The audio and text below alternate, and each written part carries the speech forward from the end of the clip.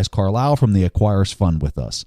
During the show, we talk about a commodities pick, a short sale, and a controversial currency. Like all other Mastermind discussions, the value of the episode is more in the challenging questions, the critical thinking, and the counter opinions that cover hot topics and hot picks. So without further delay, here's our chat. You are listening to The Investors Podcast, where we study the financial markets and read the books that influence self-made billionaires the most. We keep you informed and prepared for the unexpected.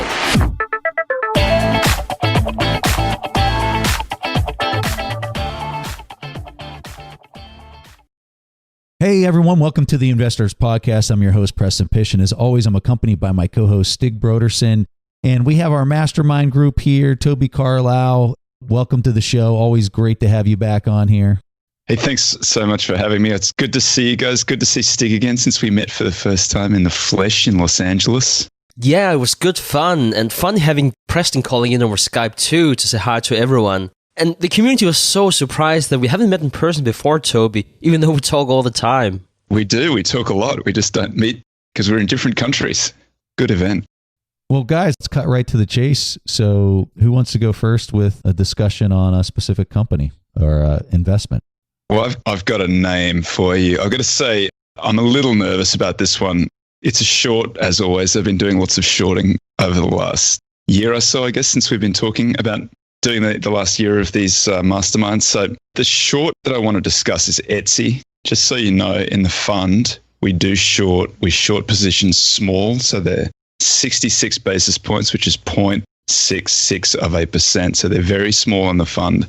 And the reason we have shorts on them in there and we short small is because shorts can move around very violently. In the ordinary course, they're going to lose a little bit of money. But if we get a big crash like we're kind of going through now, what the shorts do for our book is that they stand up a little bit more than the market going down. So they do a little bit better than their weight in the portfolio, which is what they're doing for ours at the moment in the fund as the market's going down. So Etsy, everybody's probably heard of Etsy. It's a niche online e-commerce business. If you make something by hand and you sell it online, you're probably selling it through Etsy. So there's a lot of handmade stuff in there. They've basically had no competition for an extended period of time. And they've been doing pretty well. They do generate free cash flow. They're currently trading on 35 times cash flow. Enterprise multiples more like 50 times, PEs like 70 times.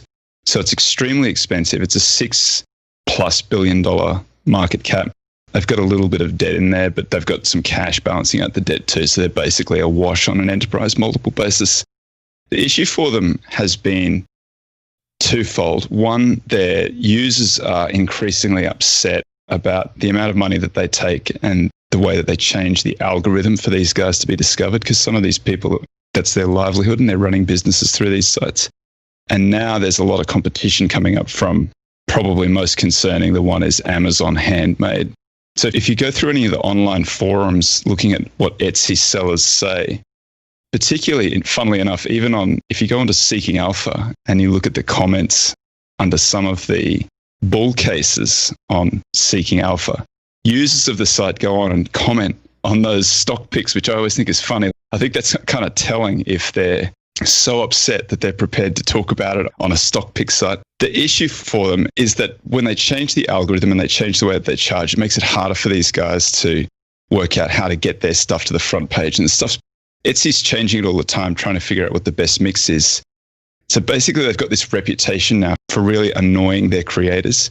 At the same time, it's supposed to be all of this handmade stuff, but it's increasingly, there are a lot of these mass-produced factory stuff that's kind of a fake.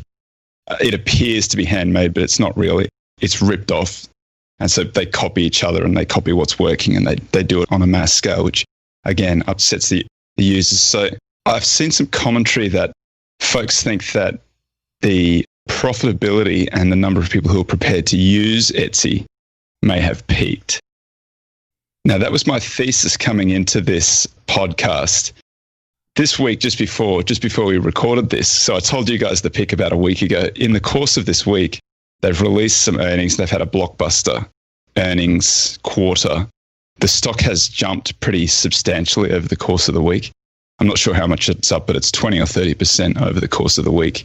And that would be something that would make me very nervous about a short that I was about to put on. And that would probably mean that I would hold off a little bit, because it's not a good idea to be trying to short into companies that are racing ahead like that.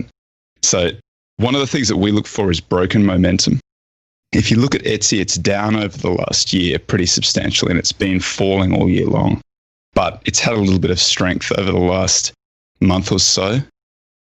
So I think that, while I do think that Etsy has a lot of problems and it's extremely expensive, this would be one that I would just watch a little bit longer, even though we already hold it, because we just don't rebalance. We're likely to rebalance, well, we do rebalance at the end of the quarter, which is late March.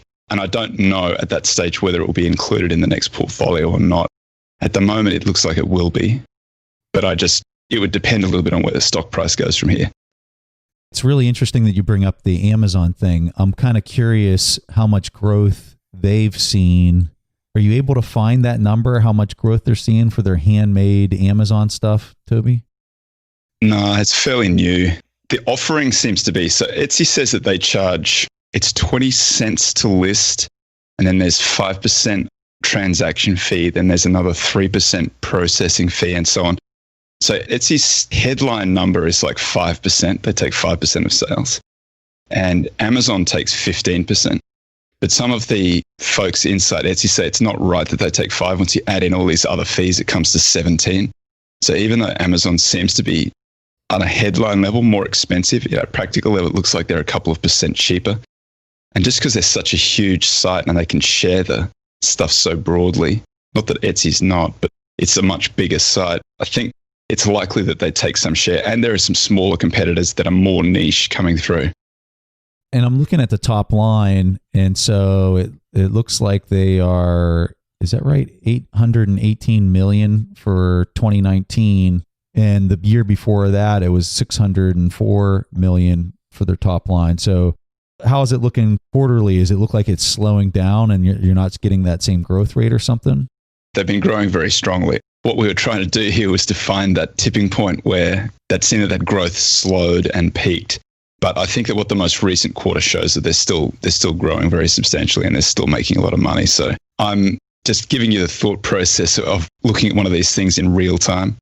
And I would say that where I was more confident before the last earnings came out, the most recent earnings make me probably need to go back and have a look at this a little bit more closely. So I would revisit it closer to the end of the quarter. It's a tricky thing. We sent our picks to each other a week ago, and we were recording this the 1st of March. And as people who are following the financial markets would know, a lot of things has happened. At the lowest point, we were down like 15.5%, I think, which December 2018 was closer to 20. If we specifically look at that Q4 earnings that came out here last Thursday, and the stock popped 14%, which is quite a lot, especially the way the market behaved. I see revenue rose 35% for the quarter to 270 million, quite substantial. They had an earnings beat, and it's not so much that, it beat estimates by 9 cents. It's just more that in the day and age where it seems like as long as you just lose billions and billions of dollars, as long as you have a growing top line, we can still value a company for hundreds of billions of dollars. If we look at the revenue growth rates here over the past 3 years, or even over the past 5 years, we're looking at something in excess of 30%. It's rough. And another thing I would like to mention here before I throw it over to you is one thing I've noticed reading up on Etsy is the off-site ad strategy that they offer, where they pay the upfront cost to promote sales listing on multiple internet platforms. I'm not saying that this is a viable strategy. I mean, this makes me think of whenever PayPal paid people to refer their friends and actually just deposited money in their account just to get that networking effect going. But both active buyers and sellers has been growing in the 20% range. And yes, they might be burning a lot of cash, and yes, it might not be profitable to do that. But if the market just looks at that growing top line and just whatever kind of smidge they can see of profits, and then value that to be worth twice as much or whatnot, I think this is a stock that's really tricky to short, to say the least. Yeah, no disagreement from me there. I was looking at this pre the earnings release, hoping that the earnings release was going to be what I expected it to be. And then I'd be talking to you about it post a successful earnings release from my perspective. But I think the thesis is a little bit broken at the moment. I think that there's some evidence there that they are struggling for growth a little bit by the fact that they're going off platform and prepared to pay other platform fees. And the users of the site don't seem particularly happy about it because those fees are ultimately passed through to the people who sell on the site. If a sale occurs off-site, they are charged the additional amount. Etsy doesn't pay that amount. From what I could read, people seem to be pretty upset about that. But the point remains that it is growing at a very high rate, and the most recent earnings sort of seem to reinforce that view rather than show an end to it. So I'm going to wait until we see the next round again. But I still think that it's extremely expensive and it's got some problems. So I wouldn't necessarily be buying it long here either. Yeah, and I agree with that last statement. I don't think I would be shorting it, but I definitely don't think I'd be going long it either. You know, one person who did go long Etsy and who did actually bring that on to our network, that's Jason Moser from the Monday Fool. And on episode 15, he came on Millennial Investing, our new show, and he actually pitched Etsy as a long position, which I found very, very interesting. So for anyone who's very interested in the long side of that, they can go to a new show, Millennial Investing. We'll make sure to link to that in the show notes. What date did he pitch it? How recently? In all fairness, I can't remember when it was recorded, but it was published 20th of November. Pretty good pick there. All right, Stig, let's hear your pick. Right, so guys, I sent you this pick here a week ago, like I mentioned before, and that was ExxonMobil, stock ticker XOM. And at the time I sent that to you guys, it was trading for around $59. Now it's trading around $51. Don't even get me started on the price of oil since then. Right now, at the time of recording, the price of a barrel of oil has plummeted to $45. But let me pitch ExxonMobil here. I think most of our listeners know the company and what they do, but it's the largest direct descendant of John D. Rockefeller Standard Oil. And the company was formed in the current structure back in November 1999 by the merger of Exxon and Mobil. And it was previously the largest corporation measured in market cap of a public trade company, but that is many years ago. But today it is still one of the largest integrated oil companies in the world. And there were a few reasons why Exxon was on my radar. It was one of the most bought stocks by super investors on Dataroma. Keep in mind that if you do use Dataroma, that I would definitely encourage everyone to do. It's a completely free site where you can see what fantastic investors are investing in. Whenever you see the companies that invest in the most, since they manage for at least $100 million, it is very, very often larger companies that will show up there. But it was something that piqued my interest. It's trading at a 52-week low. It's absolutely hated by more or less everyone, which also caught my interest. And there was a little insider buying. It wasn't super significant, but from the CEO and chairman, he bought back here in February around $60 a share. So I was thinking for around that price, it might be worth looking closer at the stock. Now, if we do look at the performance over the past 10 years, as most of our listeners would know, I'm the opposite of a momentum investor, which is also why I'm pitching ExxonMobil. Annualized return over the past 10 years was 1.9%. Integrated oil companies in general are more or less flat over the past 10 years. And in this meantime, SPI, the major ETF for the S&P 500, has performed 12.5% in annualized return. So it's not your most popular pick that I'm pitching here. Now, the company has three different segments, given that it's an integrated oil company. You have the upstream, and you can think about that as the drilling. They have the downstream, meaning the refining and going out to the end customer, and they have chemicals division too. And they basically just do everything you can think of whenever it comes to oil and natural gas. They make everything from specialty chemicals to jet fuels, gasoline, you name it. So it's a very different pick than a pick like ConocoPhillips that's a heavy bet on drilling. As an example, it's not an upstream, downstream bet. Depending on where the oil price goes, it is more sensitive to the upstream segment. So if oil prices go down, it's typically not good for the company, but the downstream segment actually make more money in that case. So you don't get the same fluctuation, everything else equal. It's the first time in several years that the company reported a year-over-year increase in production, and it's slowly ramping up right now. If you look at the moat, I wouldn't say that it has a wide moat. You have other integrated companies like Royal Dutch Shell and Chevron, and one may have a little more exposure to natural gas than the other, but it's not a wide moat franchise like we like to see for many companies. If anything, the reason why I did pick ExxonMobil compared to some of the others are more that it comes at a very appealing valuation. So you might be asking, so what should go well? Like if you look at the company and the price just seems to slide on and on and on. So what would the catalyst for the business to do better?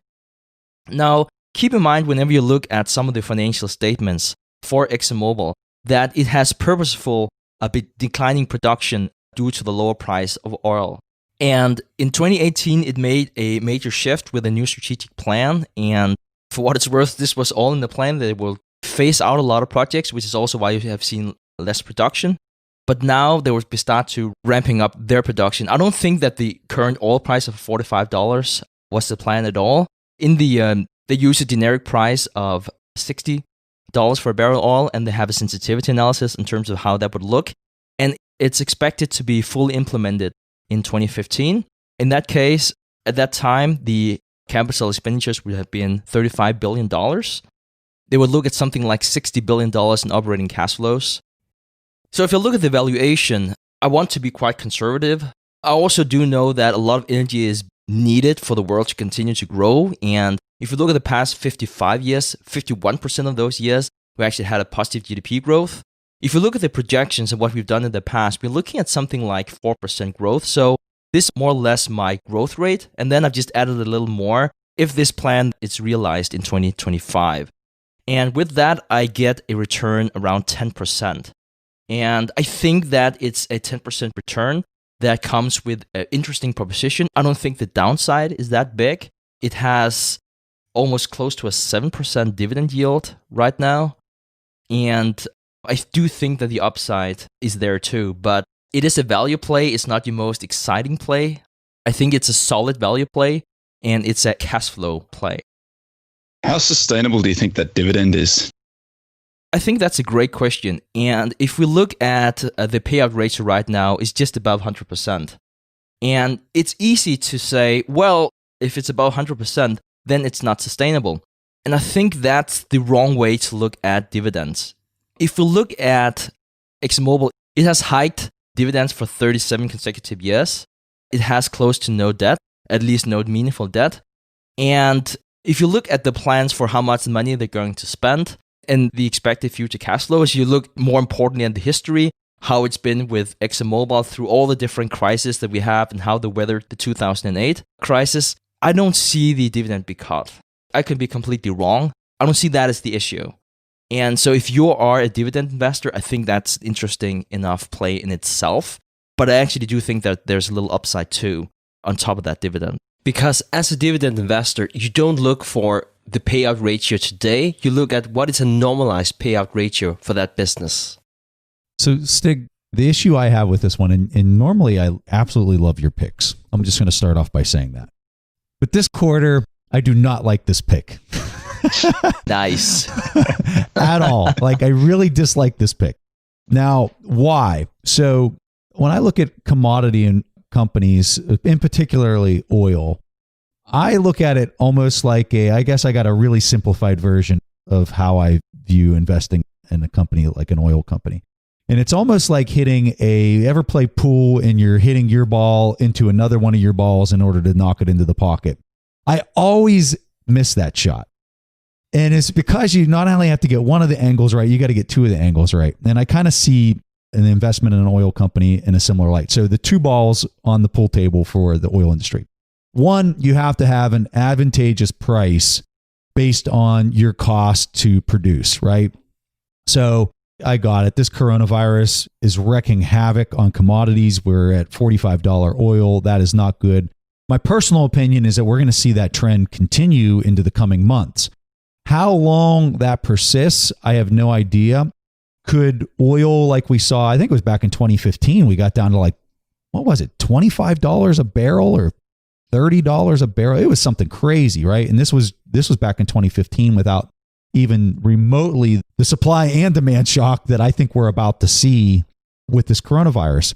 So my expectation moving forward on the price of the commodity, the underlying commodity, is that it's going to go down, and it's going to go down in a major way.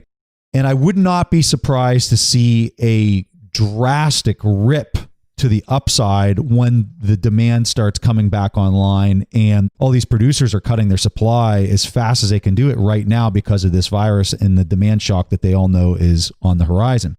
So I think what you're going to see on the price of the commodity is you're going to continue to see a lot of pain. And then whenever we start to see like we're turning a new leaf on this coronavirus, that you're going to see the exact opposite play out as far as the commodity price. And I think there's going to be a huge long call play there just on the underlying commodity, but that's a whole nother conversation. So pool ball number one, you got to have an advantageous price. Pool ball number two, you have to have expanding consumption, right? So not only do you need to have a great price margin from how much it costs for you to pull it out of the ground and how much you can put it on the market for. So when I think great price today, you're talking like $70, $80 a barrel versus how much it costs for them to pull it out of the ground. But you also have to have an economy that is expanding and growing in consumption in order to boost that top line revenue and continue to boost that top line revenue, because you could have the most advantageous price in the world, but if no one's out there driving their car and consuming oil and gas and all these things, your top line revenue is not going to go up. So that's where it kind of makes it tricky. And so when I'm looking at where we're at today, I see a negative in both of those categories. I see that the price is going down, and I expect it to continue going down until we have a change with the coronavirus. As far as the consumption, I think the consumption is going to contract in the coming years because I think we're in a really bad situation in the global economy right now. The velocity of money, you just look at simple metric like that. I mean, there's only so many boat tours that these billionaires can go on. The rest of the people are just trying to make it paycheck to paycheck right now. So I guess when I'm looking at those two metrics, the consumption is not expanding, it's contracting. The price is contracting. I'm just looking at this as being probably a bad call at this point in time.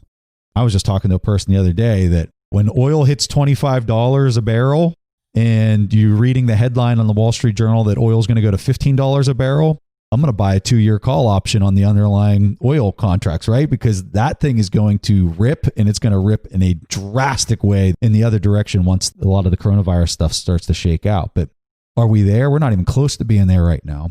Toby, I'm kind of curious to hear your thoughts. I like energy as a sector because I think it's been so beaten up for so long. And I never hear any bullish arguments about energy anymore. The arguments are always climate change, so it means decarbonization, so oil and gas is going to go away. The fracking means that you're never going to get those really expensive oil prices again because as soon as the oil price gets up a little bit, the frackers they can make money, so they go and start fracking. And these companies, mostly they're shrinking. They're sort of trying to buy back stock, pay out cash flows, and they're not doing a whole lot of exploration. With all of that backdrop, when you look at Exxon, it is now as cheap, and I think on some measures it's cheaper than it was at the 2009 bottom, or it's cheaper than it has been. So on a yield basis, the last time you got a really good opportunity to buy oil and gas companies was the early 1990s. And that was when Icahn took a run at a few of these and Boone Pickens was harassing these companies. When I look at that landscape, I think that landscape looks a lot like this landscape. And I think that even though the macro is terrible, these companies do look really, really cheap. And I think that there aren't a lot of options out there for the economy at the moment. We still are going to be using oil and gas for at least a few more cycles. When I look at analogies in other industries, so twisted pair coaxial cable was supposed to go away with the introduction of fiber optics, but the equipment is so good. The equipment keeps on getting better and better that twisted pair coaxial is still in almost every building in the developed world. And I think the same thing happens with oil and gas. We will eventually transition away, but we're generations from doing that yet. So I don't think that carbonization issue is a real one. It's hard to get real flows out of the shale. So I still think that the majors are really the only game in town. So I don't mind it as a position. I've got some energy in the fund. I don't mind Exxon as a position. Thanks for the feedback. I would like to address this with renewables. I guess I might have a slightly different perspective on the coronavirus than most people. Of course, as a person, I'm horrified of the thing that's happening. As an investor, I'm of course more pleased with the more attractive options. But if I look at the long-term impact, I would say that the long-term impact on something like renewables is obviously, especially for a company like ExxonMobil, is significant. Coronavirus, I think this is a shock to the market now, and I think it would go away like we have with other pandemics in the past.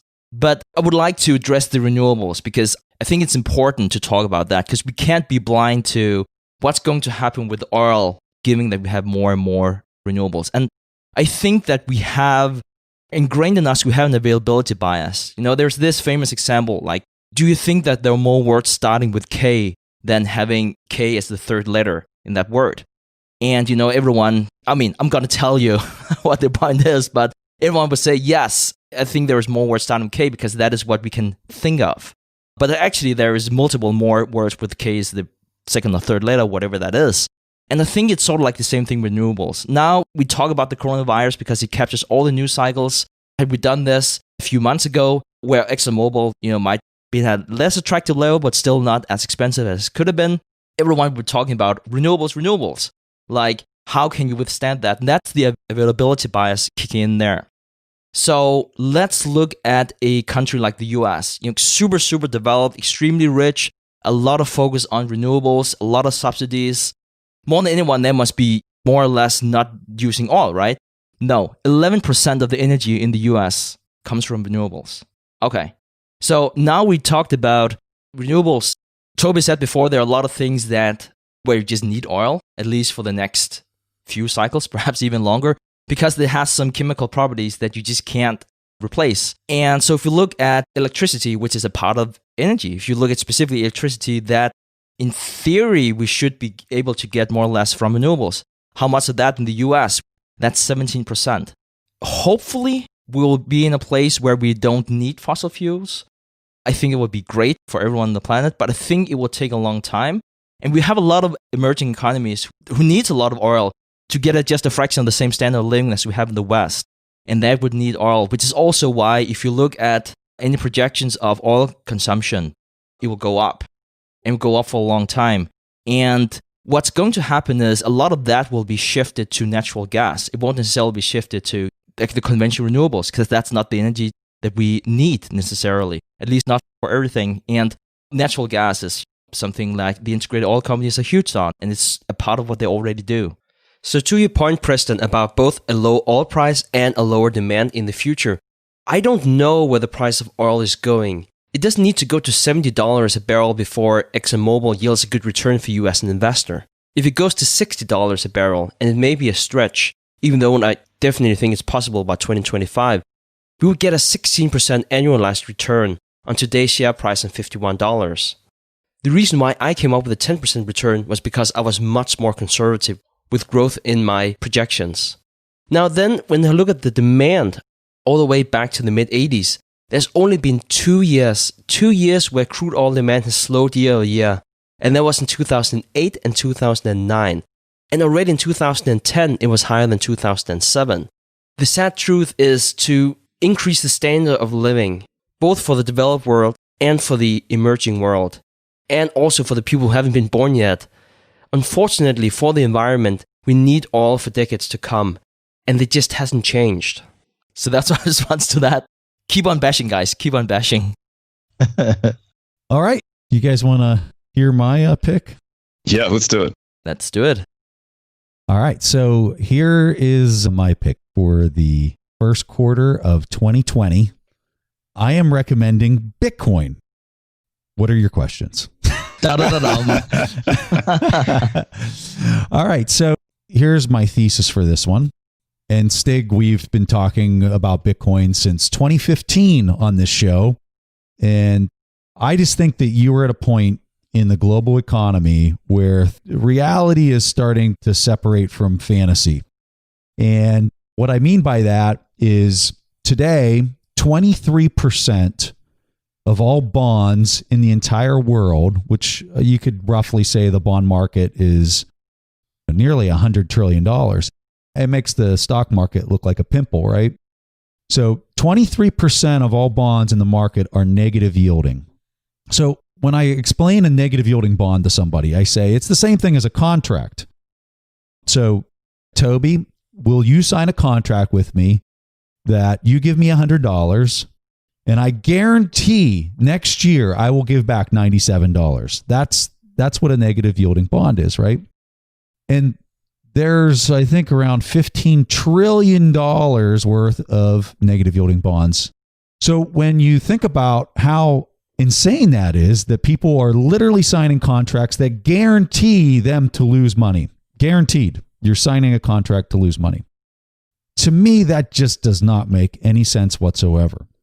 I think that this problem is not necessarily in the bond market, it's in the currency market that's driving this. I think that there is a deep systematic problem with fiat currencies that go back clear to the 1970s when a gold standard was, I'll even go back further than that. You go 1944 to Bretton Woods, right? This is when the U.S. says we're going to peg the dollar to gold, and then all these other nations say, well, that's great, we'll peg our currency to the dollar, and boom, we'll have sound money, and we can all conduct international exchange in a fair manner. And if you spend more than you raise through your tax revenues, well, then you're going to pay the price for that because we're all dealing with sound money. So this all worked. The U.S. manipulated their money multiplier up into the 70s, and then we couldn't make good on the gold promises. The promissory, you bring in paper money and we'll swap it for gold. So that all fell apart. And so when the U.S. came off the gold standard, interest rates were extremely high. They continued to go higher into the early 1980s. 1981, the 10-year Treasury peaked at 16%. And so this was the point where even though you come off of a gold standard, you can continue to make your economy progress forward without any incident as long as you have positive interest rates. Well, what happens around the globe, everyone starts manipulating they debase their currency in order to create growth inside of their domestic currency. And long story short, you have that progress for 40 years until all interest rates start approaching zero, and now they're even going negative. And there's an incentive now for people to take their cash and stick it in a safety deposit box because they'll get a higher return than actually negative yielding percent. That's why I think we have a major systematic failure of fiat currency, not just in the US, but globally.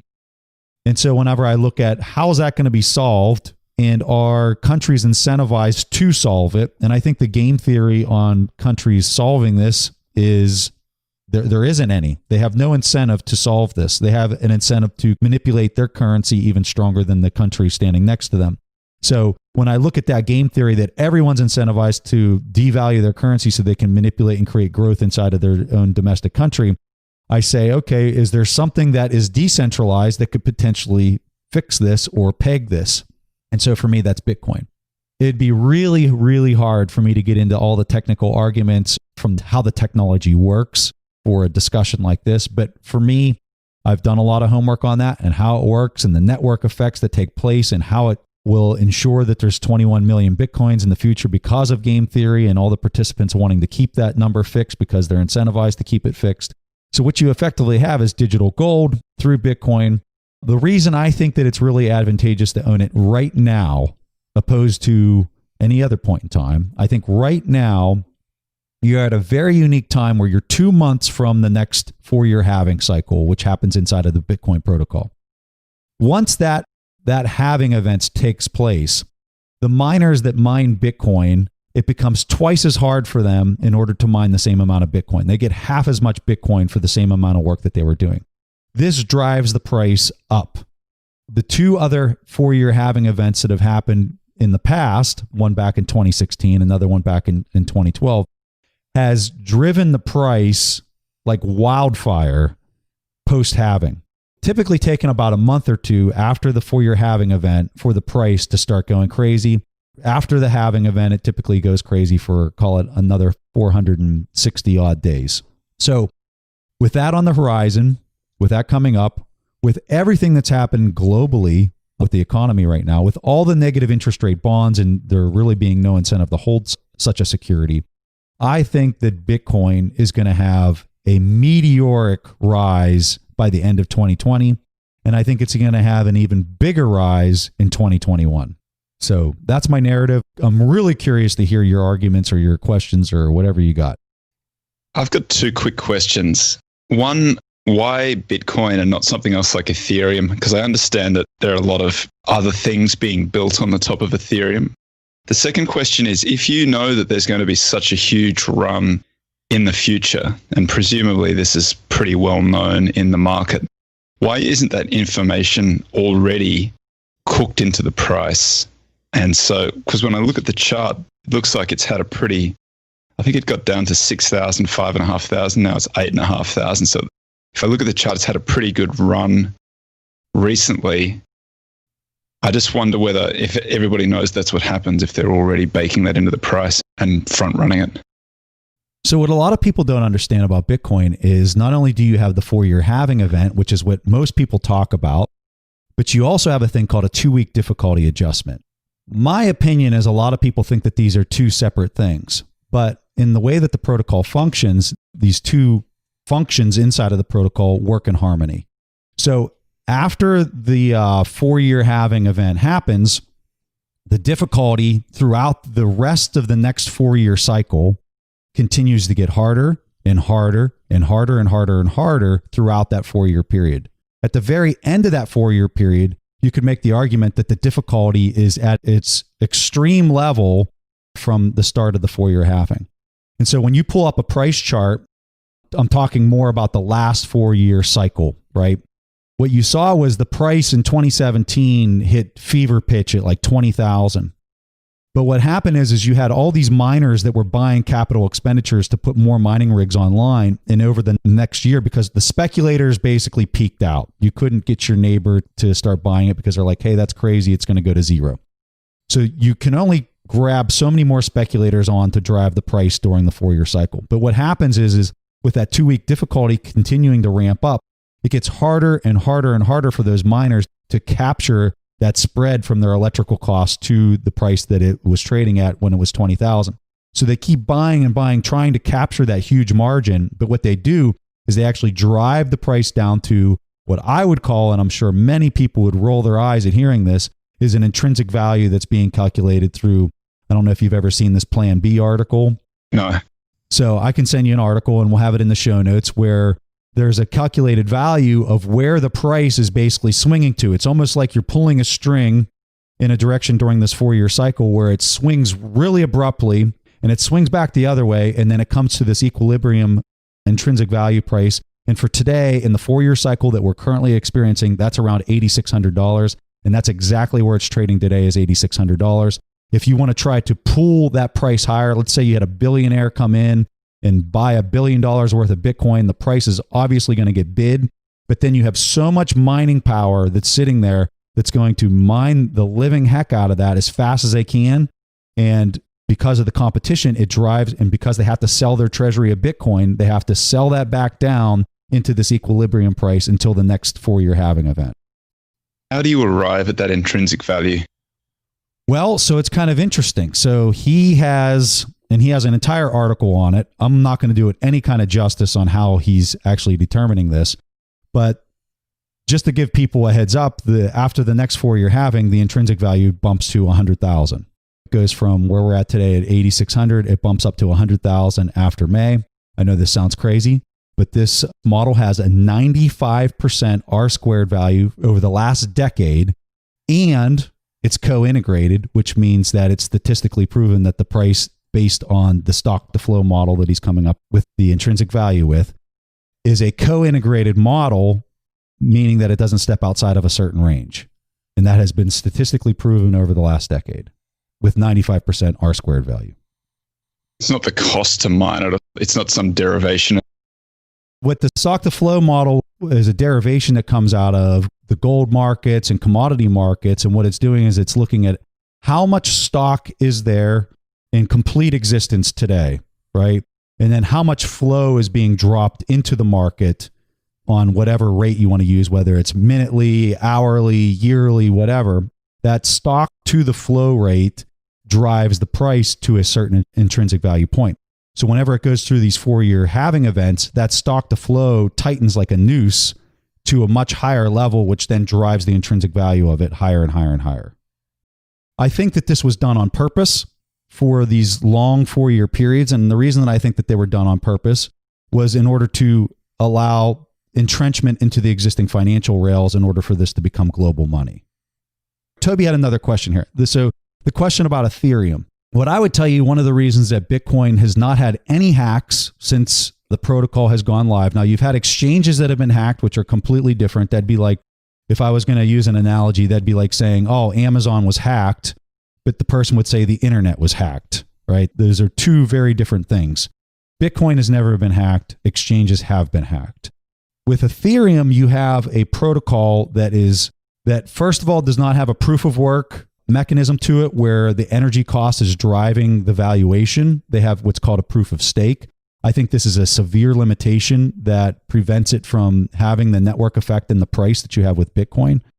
The other thing that I think is kind of an issue for Ethereum is they have gone through many forks historically because there's a lot more attack vectors inside the protocol because it's a lot more complex. Bitcoin has tried to keep the fundamental layer 1 protocol extremely simple in that any type of expansion is built on a second layer, call it SegWit, which happened in the summer of 2017 timeframe, which allowed layer 2 transactions and basically a layer 2 network to ride on top of the Bitcoin protocol. I remember whenever Preston and I started covering Bitcoin, and I think we already did that back in 2014. It was pretty early, and I remember I reading a book about it, and I was very fascinated about it. And then Preston, as you know, much smarter than me, took a position, and I said something like, "It's the stupidest thing I ever heard." And then at a later point in time, Preston more or less forced me to buy Bitcoin, and that's whenever you know you have a good friend. So take it for what it is. Whenever you hear what I have to say now, but I remember back then, whenever we looked at Bitcoin, and everyone was talking about Metcalfe's law at the time, and that was originally presented back in 1980, and it was all about how to measure the value of telecommunications network and how that's proportional to the square number of connected users. And since then, Facebook and Tencent have shown this progression using Metcalfe's law. And so until then, yeah, there were some deviations from the long-term trend, but it was quite evident what it was. Now, Metcalfe's law would say that here, beginning of 2020, we will have a price more than 41,000. Actually, just from 2019 to 2020, it will go from the beginning of the year from 21,000 to 41,000. So now we're looking at the end of 2020 to $74,000. So whenever I'm looking at that, I'm thinking back of my statistics classes many years ago, and I'm thinking, is it so that someone would have an incentive to say, how can we come up with a model with a high R-square so I can quote-unquote sell my product, whatever that product might be? And I'm looking at it, I'm like, I don't hear a lot of people talking about Metcalfe's law right now because it seems to be broken since the end of 2017 where the price should be $10,000. But I hear a lot of people talking about the stock-to-flow ratio because the stock-to-flow ratio model explains that it will go up now, and now the R-square for that is higher. So is that what we're looking for? And then specifically to what Toby would be saying about the halving, I speak to a lot of people, and I know I might be biased in terms of the people I speak to. Everyone talks about the price has to go up because of that halving, and I'm thinking, how is that price set? And yeah, we know that a price is set with demand and supply, and that's true. And if you say, well, it's going to be halving, so it's going to be a less supply, it's like the 2-second analysis would say, okay, then price would have to go up. That is true, but consider this, that the price we're looking at right now is those people who are willing to make that trade. So you have someone who's willing to buy and you have someone who's willing to sell. Okay, so how many people, despite that the supply might be half, how many people are willing to sell now that everyone expects that it may go up 2-fold, 10-fold, whatever? And for me, that's something that I'm missing in that conversation. I don't know if we are at a stage where we have to acknowledge that Bitcoin can coexist with the conventional financial system. It may not be a part of the conventional system. There's always a need for something like Bitcoin because of the properties that it does hold. But perhaps that utility is not higher than what it more or less is right now with some fluctuations. perhaps despite of what the stock to flow ratio model would tell you about what happens to the supply and then what should happen with demand and the price should go up, perhaps that's just not valid for Bitcoin, despite of what the model says, because the model are just trying to measure what we've seen and not the reality. I know that was a very long argumentation for my concerns about Bitcoin. Because the model's looking at historical information, it might not be valid moving forward. Is that the argument? Yeah, that's in short, that's my argument. It's sort of like all the VAR models you had of subprimes in 2008. They said there was zero chance of default because more or less no one defaulted. But there was like a mistake in the model. There was a mistake in the model that said, okay, so since no one defaults, it doesn't really entail any risk. That was just because it didn't occur until that. So that was my argument with, yeah, it makes a lot of sense why you would have something, there's utility in something like Bitcoin, there's utility in not having it regulated, there's utility to have something outside of the conventional financial system. Perhaps the utility for that is not more than $200 billion. Perhaps it's not even comparable to the major currencies. Perhaps it's not comparable to what you see in the bond market, stock market, the price of gold. Perhaps it's just a very different asset where you can still explain what happened historically, but it's just not valid moving forward. I guess that's some of the things I would like to hear your thoughts on.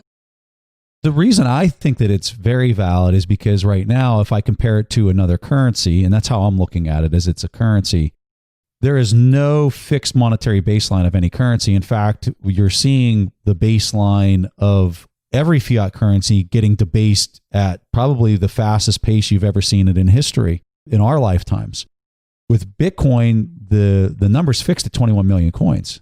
So no matter what you do, that has to be fixed. I think that there's going to be a lot more people in the next 2 years that are going to start demanding money that has a fixed monetary baseline based on the printing. I mean, look at what's just happened with the coronavirus. In the US, they're really not even talking about a cure. They're talking about what can the Fed do in order to cure the coronavirus. To me, it's nuts. It's absolutely somewhat unfathomable. And so when I think of people that are holding their money in fiat versus something that has a fixed monetary baseline, I think that the fixed monetary baseline is going to win all day long.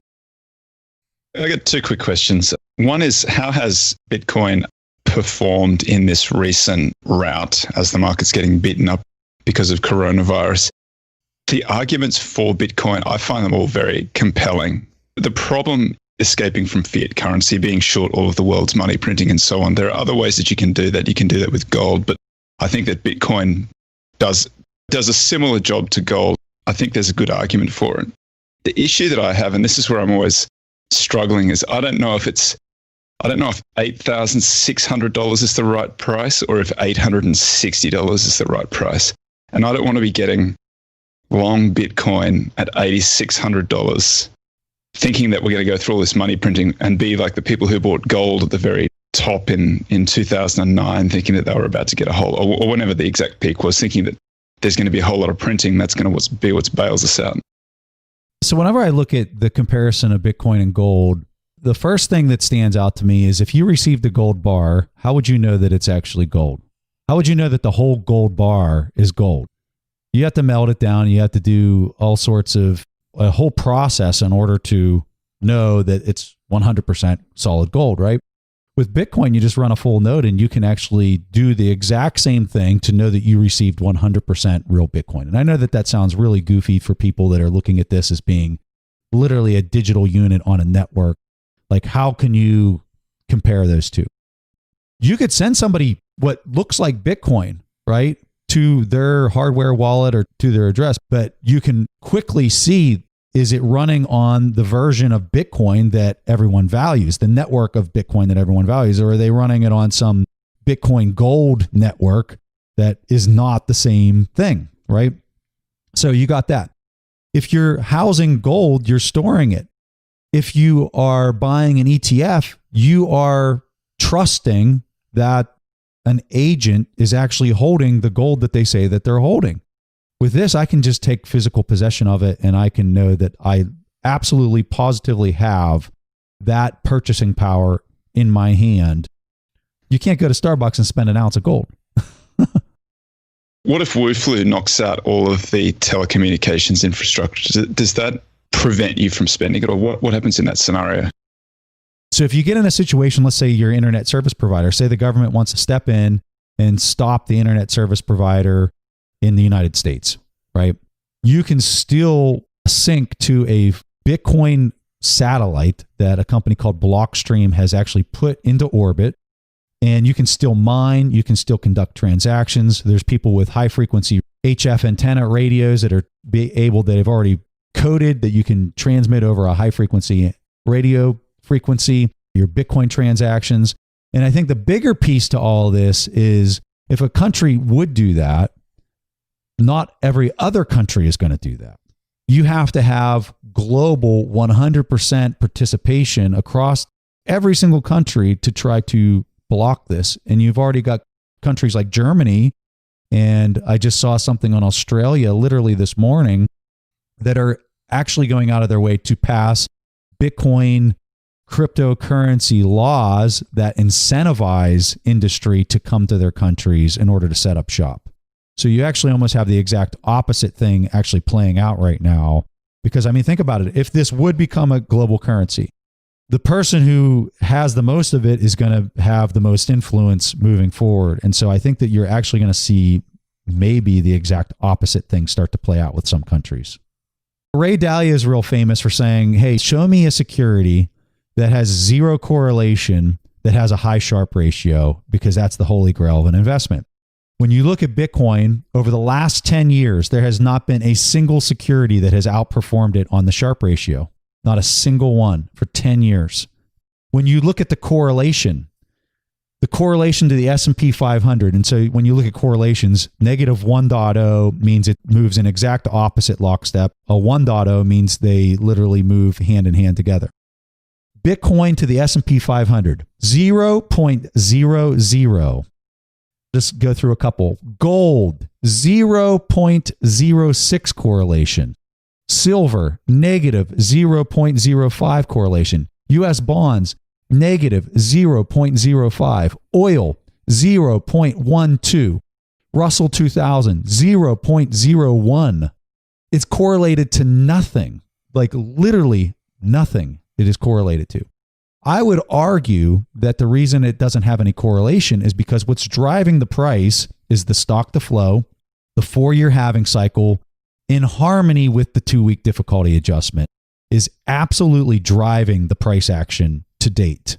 Now, whether that's going to continue to happen moving forward to Stig's point, no idea. But I can tell you, I'm not going to sit back and watch something with that kind of literally the best performing asset in the last 10 years. I'm not going to just sit back and have no exposure to that. In fact, I would argue that a fiduciary, if they have no exposure to it, should maybe be questioning how they're a fiduciary, because you're at the point now where it's made so much money in the last 10 years. If somebody would continue to sit back with zero correlation to anything, with the highest Sharpe ratio that we've seen in 10 years, to have zero exposure to something like this is maybe negligence. So risk-wise, you're looking at this thing. The volatility on it is insane. I think the annual volatility on it is something like 66% on our momentum tool. That's insane. So how do you manage volatility risk? With your exposure size, right? You could have had, in the last 4 years, if you took the last 4-year period and you had 1% exposure to Bitcoin and 99% in cash, 1% in Bitcoin and 99% in cash, you would have matched the performance of the S&P 500. Now, we mentioned Ray Dalio before. He was asked about Bitcoin at the Davos meeting in January 21. And at the time, he said that he warned about holding Bitcoin because it's not a medium of exchange nor a store of value, which I found very interesting in itself. The other thing is, I 100% buy your argument, Preston, whenever you say, you get a bar of gold, how do you know if it's real? And then you compare it to Bitcoin and say, that's real. That's the purpose of the blockchain. We can validate that, which we can do not just through Bitcoin, with so many other things now. And I'm thinking, going back to Metcalfe's law, I was so excited about, because I understand the rationale behind the stock to flow model, and perhaps that is the driver going forward. I'm thinking, do we have enough people who believe in this? And that's why I was so concerned whenever I saw that breakpoint in terms of price still following that line. Like, do we have enough people? Is it expanding enough do enough people believe that this is truly the value of Bitcoin? Is that truly the utility of Bitcoin? Because without that, what is the driver moving forward? The thing that's driving it is actually greed. And I think that human nature is actually driving the abrupt price jumps. So after the 4-year halving happens, what you're really doing is you're limiting the number of sellers that were driving the price near the tail end of the 4-year cycle. So as soon as that 4-year halving event happens, it's basically nudging the price in a very abrupt way based on the electrical costs and these miners and what they're going to demand for their electrical costs that they have. It's going to drive the price up in that I expect to see this at the end of 2020 where the price starts to run away. And then what I think you get is you get speculators that come in and they see, oh my God, Bitcoin's up 300% this year, and then they pile into it. And I think that that's what drives it through that last part where it passes through this stock to flow intrinsic value. When it passes through that, those are the speculators that are driving it. And then I think the reason that you don't see sellers in it is because you have people. I mean, when I talked about this in 2015, it was $220. I took a position, right? Now it's at 8,000. So that position, and there's many of other people that have taken positions in 2012, 2013, 2014, and they've locked in such massive, unprecedented gains that if the price goes to 15,000 back down to 8,000, they're so far in the money from where they initiated their position that it's somewhat laughable to even think that they would be sellers at that point. So what I think you have, and there's some charts out there. I can't remember where I saw these charts, but what it does is it shows the number of people that purchased, and it shows how far in the money they are based on the movements of the Bitcoins on the network. And all this can be calculated because you can look at every single public address, right? And so you can see Bitcoins that haven't moved since 2013, 2014, 2015, they're stagnant. So if you're removing those sellers out of the market because they're so far in the money, that lack of person selling is driving the price higher in the next 4-year cycle, is why I think that's why you're seeing the dynamic play out. But the real answer is nobody knows. There's something that has driven it in the past. I expect to see something similar play out because there's been literally no change to the protocol. So I kind of expect to see that dynamic just continue to play out through the future halving cycles until I guess it becomes global money. I think it's a fascinating thing. I think that it's one of those things that if you are a naysayer and you think that it's crazy talk, well, then just ignore it. I mean, you don't have to have exposure to it. If you think that some of the arguments make sense, I would tell you give yourself 0.01% exposure if you think that the volatility is just so much risk, just so you can have fun watching the crazy wild ride. But I'm at the point now where I think that this is going global. I think this is a mainstream thing. I think that when you turn on CNBC and you see people talking about it literally almost on a daily basis, I think it's actually becoming a real thing. And I think it's something that people should really do their homework on. With 60% volatility, if you don't understand it, you're going to lack the conviction to stay through the wild ride because you might have a 20% swing in a day. So if you don't have any type of conviction or understanding of why it would potentially become a global currency, you're going to sell the position. It's not going to work out well for you. So I really encourage people to do your own homework. Challenge everything that I said. Don't believe anything that I said. Just try to do your own homework and understand it. And then maybe that will allow you to look into it more, and maybe you do take a position. Preston is usually right. I think last time he picked stamps.com, and since then it went up from 46 to, I just checked, $141. I think that should be like the norm moving forward. We would expect at least triple moving forward with your picks from quarter to quarter. You want to hear my price prediction because I'm saying it's a buy right now. I'm expecting, this is how much I think this thing's going to move. I'm expecting 20,000 at the end of this year, 2020. I'm expecting 200,000 at the end, within the end of 2021 is my price prediction on Bitcoin. So we'll see what in the heck happens. I know that's a very absurdly bold call. I hope I'm right. Wish me luck. And if I'm wrong, make sure you throw as many stones as possible to my Twitter account. All right. And if you're right, it definitely pays off to have a good friend like you, Preston, who would force your friends to buy Bitcoin. But if you want to have our stock pits sent directly to your inbox, you can do that completely for free, and you can just sign up at tipemail.com. That is tipemail.com. And we also do a short write-up of the current market conditions. If you are interested in hearing more stock pitches, of course, you can go back and listen to the previous Mastermind discussions. I also recently recorded an episode with Toby where we talked about Southwest Airlines. Since then, the price has only gone down, so it might even be a chance to buy into an even more lucrative position right now. So really briefly here, Toby, I don't want to put you too much on the spot. How do you feel about Southwest Airlines trading at $46 right now? Yeah, I like it. I think it's very cheap here. It's a travel-related stock, and coronavirus has made everybody throw the baby out with the bathwater, but they're mostly domestic US. So I like Southwest. I think it's the best managed airline out there, and I think all the airlines are cheap. Fantastic. And guys, you can listen to Toby's pitch at theinvestorspodcast.com/extra. So theinvestorspodcast.com/extra. We also got to have a link in the show notes. You can do a 7-day free trial and listen to all of our new extra content that we pump out. Toby, I know I get so many comments from people just saying they love when you come on the show. You've got your own podcast. You've got a bunch of things going on. Tell people more about yourself. My day job is running a fund called the Acquirers Fund. It's a ETF ticker ZIG. It's long short US deep value equities. It's been getting beaten up in this last little rout, but we're not doing too badly. We're outperforming on the downside at the moment, which is what the fund is designed to do. I also run a website, Acquirers Multiple. I've got a series of books out there. You can find them in Amazon if you search my name, Tobias Carlisle.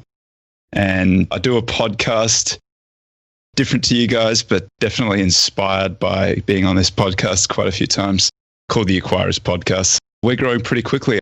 I wish I'd started it earlier, so check it out. I have a lot of fun doing it, talking to friends of mine who are value fund managers. We just talk about whatever the topic of the day is, so check it out. Thank you, Toby, for coming on the show once again. All right, guys. At this segment of the show, it's time to play a question from the audience, and this question comes from Osman. Hi, good afternoon. My name is Osman. I'm from the United Kingdom. I'm only 37 at the moment, so I like to think I've got a long time left, to really sort of sink my teeth into this. If I were to follow Warren Buffett's philosophy, which is stick money in the market and don't touch it, and how exactly do you pay yourself, and how do you maintain your own personal cash position in terms of your bills, your rent, your mortgage, car payments, etc., without having to pull down bits of your position or draw down from the market, almost sort of profile yourself in a way where you can start to pay yourself on a monthly or quarterly basis to maintain your own personal bills whilst you're seeing your portfolio grow in value? Thank you. That's a great question. Warren Buffett has a different approach to why he's investing. Aside from just enjoying the process and providing for his family, he wanted to compound his wealth and have his wife, Susan Buffett, give it all back to charity. Now, sadly, Susan Buffett passed away back in 2004, and Warren Buffett later decided to pledge more than 99% of his net worth to charity, primarily to the Bill and Melinda Gates Foundation. Now, you might be saying then, for good reason, that you're not a multi-billionaire. So how does this principle of holding a stock forever apply to the rest of us?